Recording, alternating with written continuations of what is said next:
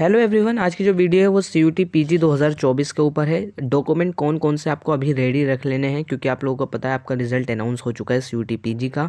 अब यहाँ पे क्या क्या डॉक्यूमेंट्स आपको यहाँ पे रख लेने हैं ताकि आपको eight the time of admission दिक्कत ना हो।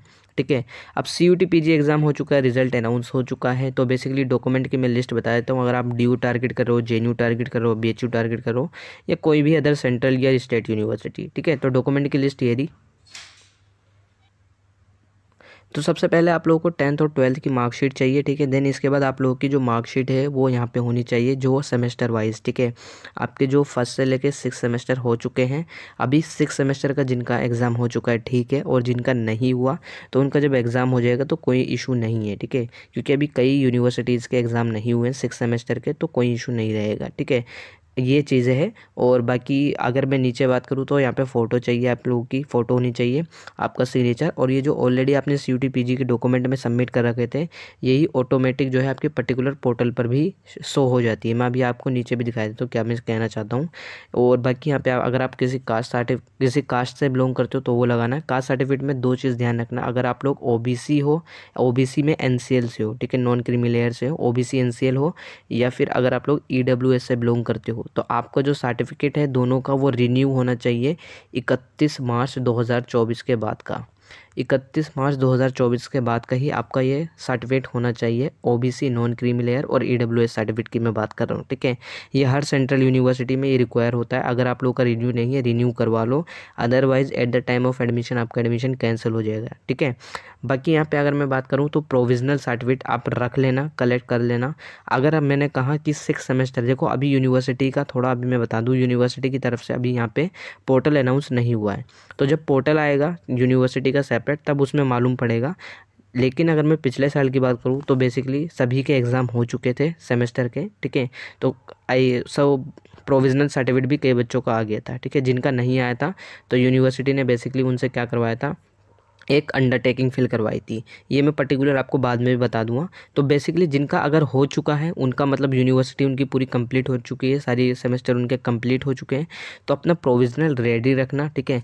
और माइग्रेशन बहुत इंपॉर्टेंट है, अगर आप अदर यूनिवर्सिटी वाले हो तो माइग्रेशन सर्टिफिकेट भी आप लोगों को कलेक्ट कर लेना है। बाकी मैं अगर नीचे आऊँ तो यहाँ पर सबसे पहले ये आपको मैं दिखा रहा हूँ CSS पोर्टल है ये, ठीक है। CSS मतलब जो दिल्ली यूनिवर्सिटी का जो पोर्टल है उसे हम कहते हैं CSS पोर्टल। ये दिल्ली यूनिवर्सिटी के पोर्टल का नाम है, कॉमन सीट एलोकेशन सिस्टम इसकी फुल फॉर्म है, ठीक है। तो अगर मैं बात करूँ तो CSS पोर्टल की, तो बेसिकली आप लोगों को देख रहे हो यहाँ फ़ोटो और सिग्नेचर, ये फ़ोटो सिग्नेचर जो है लास्ट ईयर भी मांगा गया था, और ये ऑटोमेटिक फ़ोटो सिग्नेचर वही ऑटोमेटिक जो CUT PG में थे वो यहाँ पे आ गए था, ठीक है। CUT PG का रिजल्ट भी ऑटोमेटिक यहाँ पे आप लोगों के पोर्टल पर भेज दिया जाता है। अभी ऑटोमेटिक कैसे होता है मैं आप लोगों को बताऊँ।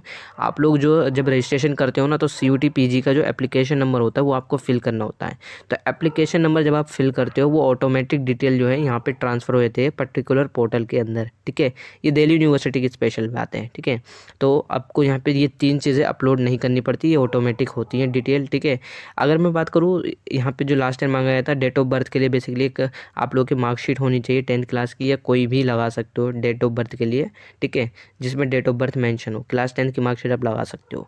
और फिर यहाँ पे आपसे मांगा गया था जैसे माइग्रेशन सर्टिफिकेट हो गई, मैंने कहा अंडरटेकिंग भी, तो अंडरटेकिंग बेसिकली उन बच्चों के लिए थी जिनके पास माइग्रेशन अवेलेबल नहीं था।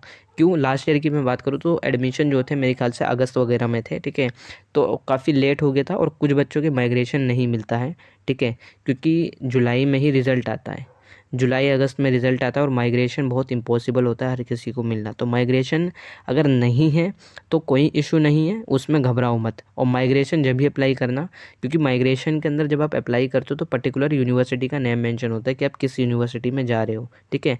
तो माइग्रेशन आप लोग निकलवा लेना, ये अभी मत निकलवाना, अभी जब पोर्टल अनाउंस होगा, सेपरेट पोर्टल आएंगे, तो उस टाइम पे आप लोग ध्यान रखना, उस टाइम पे सारी चीज़ें आप कलेक्ट कर लेना, ठीक है।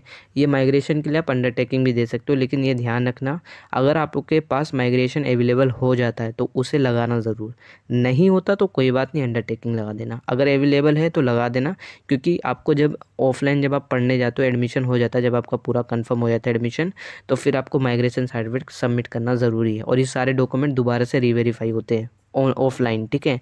तो ये ध्यान रखना।